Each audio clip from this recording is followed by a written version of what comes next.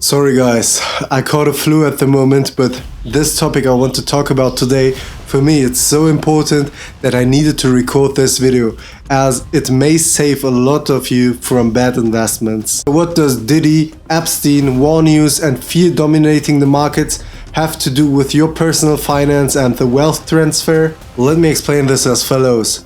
We are getting bombarded with information day by day. We live in a world where we can't avoid any information.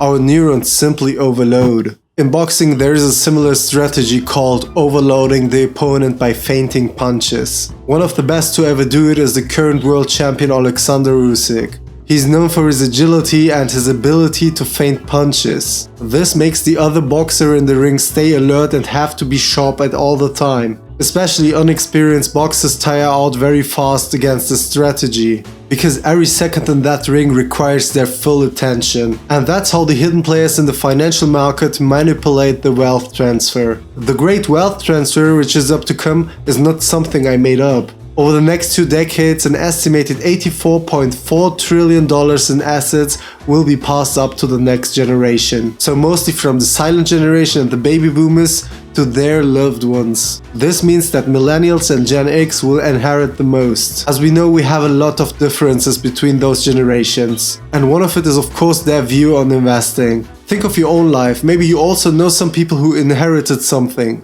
Did you watch them how they handled their new assets? For example, I know a lot of people who inherited some real estate back in their home countries. But most of those people just sold those assets in order to make a quick buck, maybe to close their personal debt or something like that. And here it becomes a little bit complex, because the wealth transfer doesn't mean that the wealth will still kept in private hands. Let's drink a cup of tea. Sorry for that. That was my flu tea. So we said that the wealth will not be still held in private hands because the government debt levels are rising as well. If you just take a look at the OECD countries' debt level, you will see that it is almost 110% of their total GDP. By the way, OECD stands for Organization for Economic Cooperation and Development. It's a forum of the 38 most developed countries worldwide. And if these market democracies stand at 110% debt level of their GDP, what does it tell you about the rest of the world? At the end of the day, this is a statistic which is alarming, because governments will remain under pressure to spend on welfare safety nets. Basically, on the other hand, this could mean that everyone around the world will have to take more responsibility about their own financial safety. In a survey, 72% of people between 21 and 43 years of age answered that they don't believe traditional financial investments will get them above average returns such as stocks or bonds. At that exact point, you have to understand that personal finance is like a competition. If you don't educate yourself on this matter of personal finance, other people will. And they will take your inheritance because you don't know how to manage it, and they will be able to build generational wealth with something which was meant for you. And the crazy part is, actually many people want to invest, want to double their money, but they chase hype investments because they don't know better.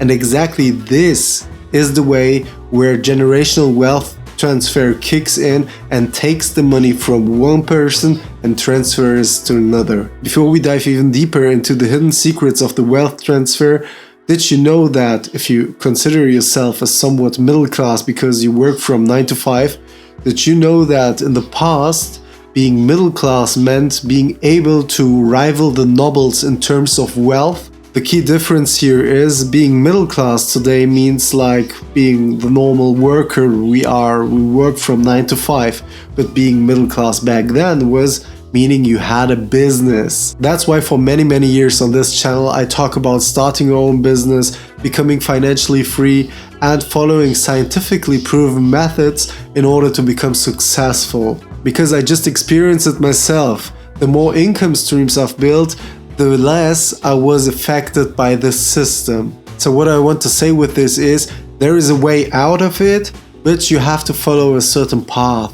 In this video, my goal is to try to explain to you how this system works and why so many people fall for it. We will look at the gold and silver market at the moment to understand this better. And before I dive even deeper, I want to just say that you shouldn't lose any confidence about the things I'm going to share with you. You just have to know the threat to be able to tackle it. Let's go. Starting with the most recent bull market, precious metals like gold and silver. Do you remember over the past 20 years a time where gold and silver were in such hype? In a recent video of mine I predicted that the silver price and the gold price will fall over the next few weeks. Exactly 1 to 2 weeks after I released this video, the precious metals market plummeted. There were winners and there were losers. But why did I say that the market was about to go down? It's just really simple, guys. We don't have to dive into deep mathematical methods over here, because markets can't go towards infinity. Market movements are more like a zigzag shape. If you saw the opportunity and shorted gold and silver,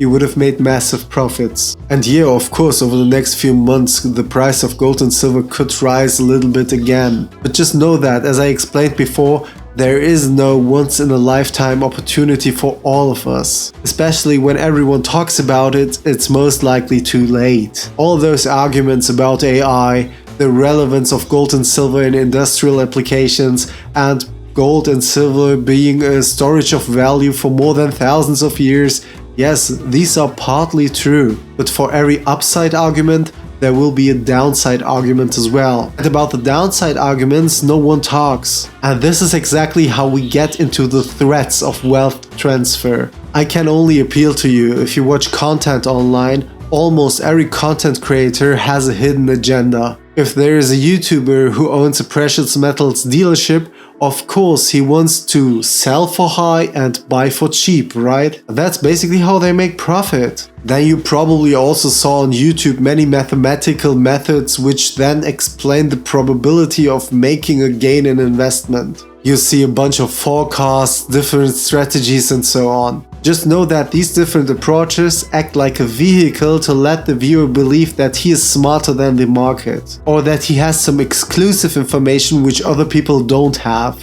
It has been the same concept over decades. They are trying to create a FOMO moment. Some of you may think, oh, my family didn't invest in real estate, let me get in, or my family missed the stock market opportunity, let me get in, and so on and so forth. So the first thing before you invest is to keep in mind, yes, history can repeat, but the patterns are different, the cycles are different. If cycles would always follow the same pattern, then everyone would be rich, right? Or better said, no one would be rich. Let me explain that. Let's say you want to sell at the highest high, right? This is the dream of every investor. But if you sell something at that price level, you need to find a buyer who is able to pay that premium price. But in a world full of geniuses, where everything has the same pattern and every cycle repeats, there wouldn't be any mistakes. It's like a perfect football game. If both teams make no mistakes, the score will be 0-0, an even game. When I look at my own investments, I always ask the question, is this something which I believe in and why? Let's say I assume that gold will double over the next 10 years, right? Then the real question should be, are there any comparable investments that would get me to the same outcome? It's like investing in crypto. If I hope that the coin goes up to a certain price and then I can just sell it, make more dollars, buy a Lamborghini, then you didn't understand the concept. Because the only thing you are doing is gambling. You're hoping that the price of crypto will go up so you can cash out for dollars and buy something with it in the real world. This type of investment strategies can work, but only if you're really early in. If you're too late and pay the premium price, you really didn't understand what you paid for in the first place. Let's start answering the question, what about the industry relevance of gold and silver, right? Because everyone says that AI and industrial applications need gold and silver.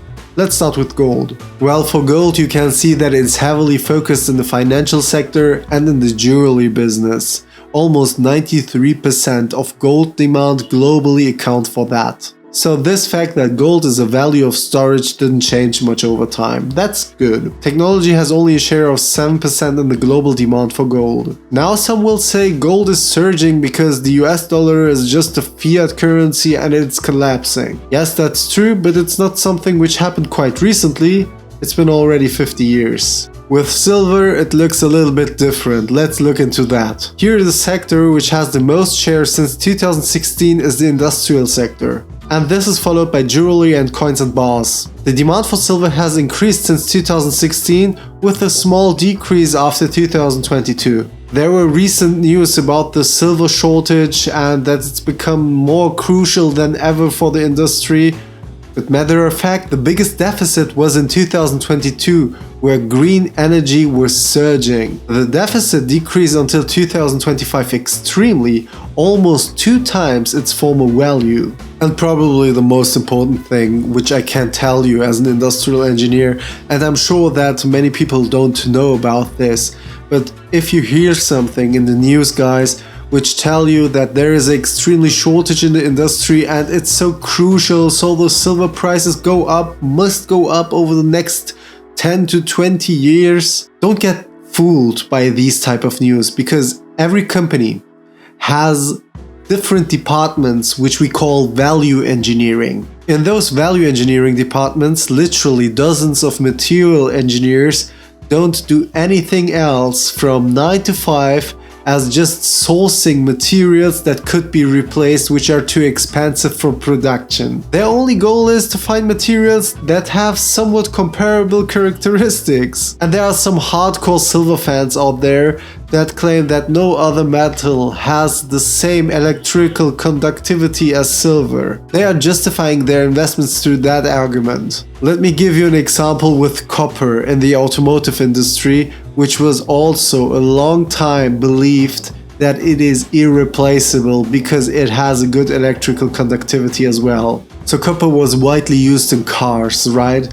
But over the years, it rose in cost, so it wasn't affordable in production because the car prices would go much higher and the consumer wouldn't be ready to pay that premium price. So what did the industry do? They did their research, they optimized through their value engineering departments, and they found that they could replace copper with aluminum. If you look at the cost, aluminum is much cheaper than copper. If you look at the weight, aluminum is much lighter than copper. And the third argument is aluminum is much more abundant and easier to source. So if you look at copper, it has also very high electrical conductivity. It's the same argument with silver as in the moment. But what did the engineers do? They increased the wire thickness. So through that workaround, aluminum became the perfect substitute for copper. What you see with this example is that the industry will find workarounds if some materials get too expensive. The reason is simple: people will not be able to pay the premium prices on those products. And this example should show you that betting on silver because it is in currently high industrial demand is too short-sighted. And that's exactly how the hidden players in the market will make billions of dollars off of you. By just overloading you with information, creating FOMO moments, screaming new investment opportunities, just making a lot of confusion in the market. And the reason is simple: you don't know what you're invested in and you don't know why you're invested in at all. You're just knowing the surface. So to wrap it up, what did we understand in this video so far and what's important for you in the coming years? First, keep your private debt as low as possible. If you have any debt like myself, try to pay it off as fast as possible. If you have the luck to inherit any assets, think long term and don't chase the fast dollar. Stay away from hyped up investments because probably you will regret that. Just remember, there will be others who bought much cheaper than you do. Never forget that you will make true profit by buying cheap. If you are just on the edge to make an investment decision, think strategically. Think, would I be the one paying the premium price in 20 years and why? And the most important thing before you even think of making an investment decision is build up different income streams. Especially if you're not fortunate enough to inherit a business. See it as a kickstart to secure your survival and your financial well-being. Think of it like this: if you own a cafe, right, which makes you some money, you'll be able to drink a coffee for free. You will be able to eat in your own cafe, right? So what I want to say with that argument is, don't think of owning a business in terms of making a lot of money. Think of it in terms of survival as well, What does it bring to the plate additionally to the money? Guys, I guess that's it for today. I will try to recover a little bit more. Thanks for watching, like and subscribe, and see you in the next one. Bye.